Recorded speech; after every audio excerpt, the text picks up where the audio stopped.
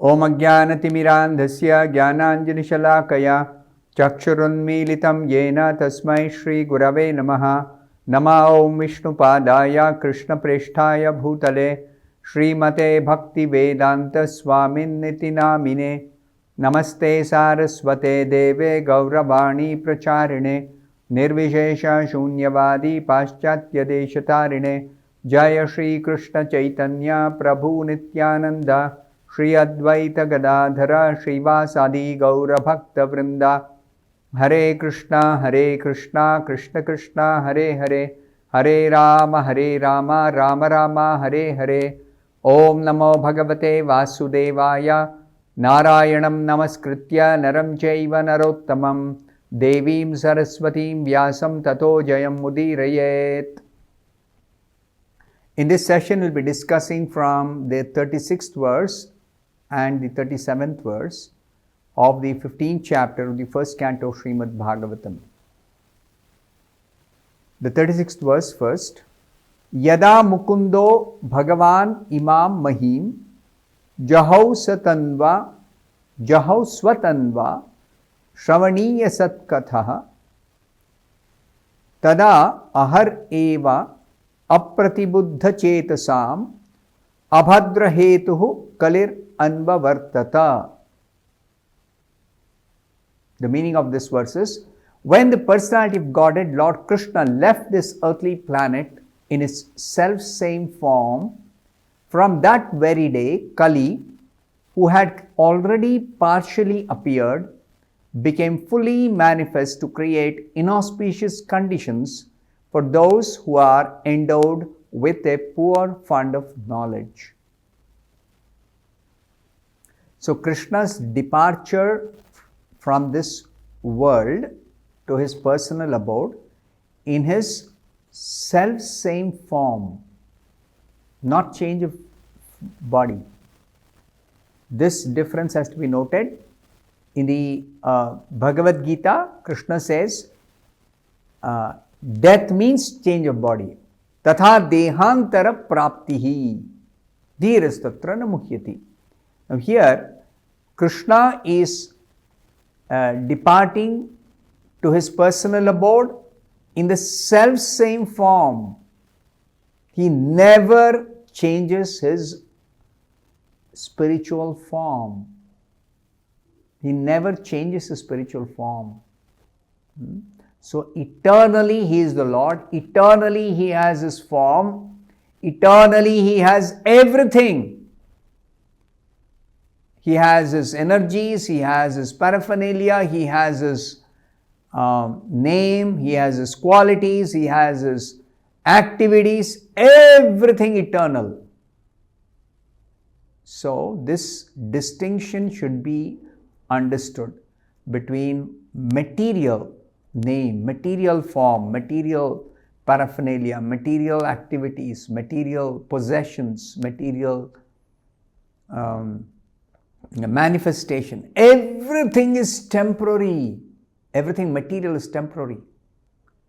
And everything spiritual is permanent, eternal, changeless. So, as long as Krishna was present, Kali could not manifest its actual characteristic of inauspicious conditions. But when Krishna left this earthly planet, from that very day, Kali became fully manifest. And the full manifestation means creating inauspicious conditions for those who are endowed with a poor fund of knowledge. So what is the meaning of this? Creating inauspicious conditions for those who are endowed with a poor fund of knowledge. Prabhupada explains in the purport.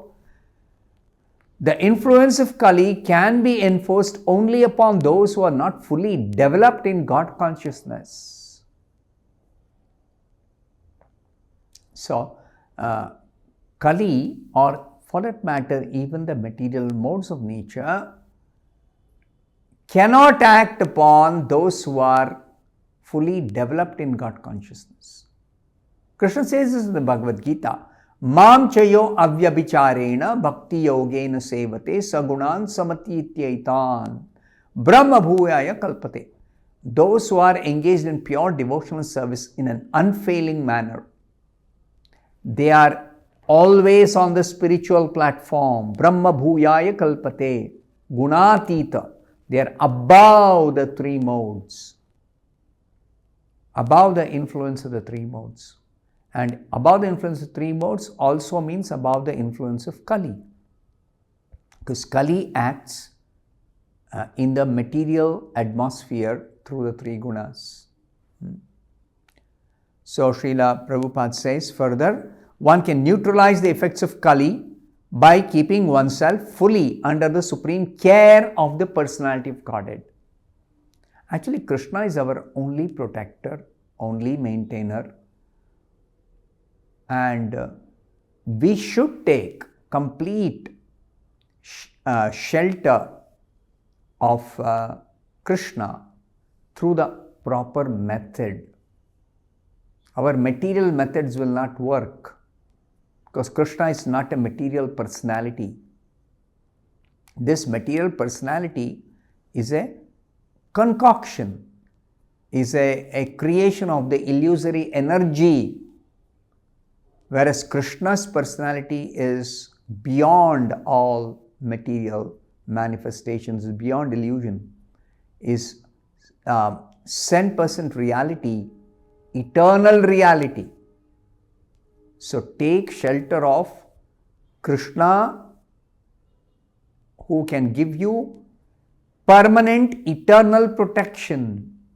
Who can, is not who can, who always does give permanent eternal protection to everyone except those who turn away from him and are in the clutches of the illusory energy. Except for them, everyone else is sheltered by Krishna. That's what Prabhupada is telling here. The age of Kali ensued just after the battle of Kurukshetra, but it could not exert its influence because of the presence of the Lord, because of the presence of Lord Krishna. The Lord, however, left this earthly planet in his own transcendental body, self-same form. That's what is said in this verse. His own transcendental body. And as soon as he left, the symptoms of Kali Yuga, as were envisioned by Maharaj Yudhishthira prior to Arjuna's arrival from Dwaraka, began to manifest. And Maharaj Yudhishthira rightly conjectured on the departure of the Lord from the earth. Even before Arjuna could come back with the actual news of the departure of Krishna from Dwaraka, Yudhishthira Maharaj, seeing the ill omens, conjectured that these ill omens are indicating Krishna's departure from this world. As we have already explained, the Lord left our sight just as when the sun sets, it is out of our sight. Nothing happens to the sun when it sets. It is just disappeared from our vision, our sight. That's all. Same thing, Krishna has disappeared from our vision, but Krishna is eternally present in his spiritual abode.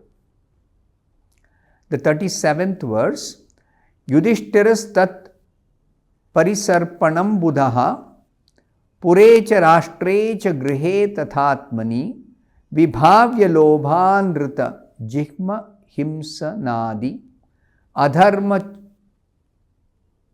chakram gamanaya paryadhat.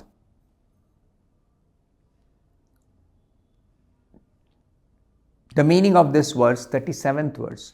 Maharaj Yudhishthira was intelligent enough to understand the influence of the age of Kali, characterized by increasing avarice, avarice means greed, falsehood, cheating, and violence throughout the capital, state, home, and among individuals. So he wisely prepared himself to leave home and he dressed accordingly. In the purport, Srila Prabhupada says, the present age is influenced by the specific qualities of Kali.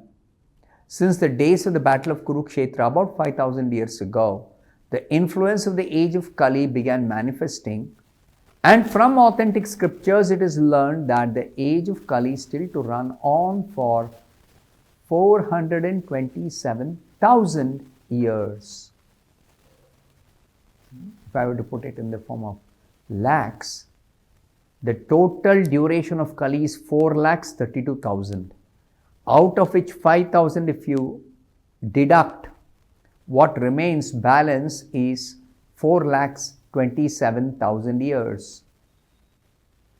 So the symptoms of the Kali Yuga, as mentioned above, namely avarice, greed, avarice means greed, falsehood, diplomacy, diplomacy means duplicitous behavior, cheating, nepotism, violence, and all such things are already in vogue, and no one can imagine what is going to happen gradually with further increase of the influence of Kali till the day of annihilation. We have already come to know that the influence of the age of Kali is meant for godless, so-called civilized man. They call themselves civilized, but they are not civilized. They are godless. So therefore they are uncivilized. God conscious or godly people are always civilized, are always properly behaving, properly acting, properly situated, have all the good qualities that are to be found in demigods. Yasyasti bhakti bhagavati akinchana sarvair gunais tatra samasate suraha. In fact, demigod means divine natured. So divine natured means God conscious people, godly character as defined in the scriptures. This is not somebody's concoction. It is a definite description in the 16th chapter of the Bhagavad Gita. The first 3 verses describe divine qualities, divine characteristics. And you can see each one of them is a good quality, good qualification, good behavior.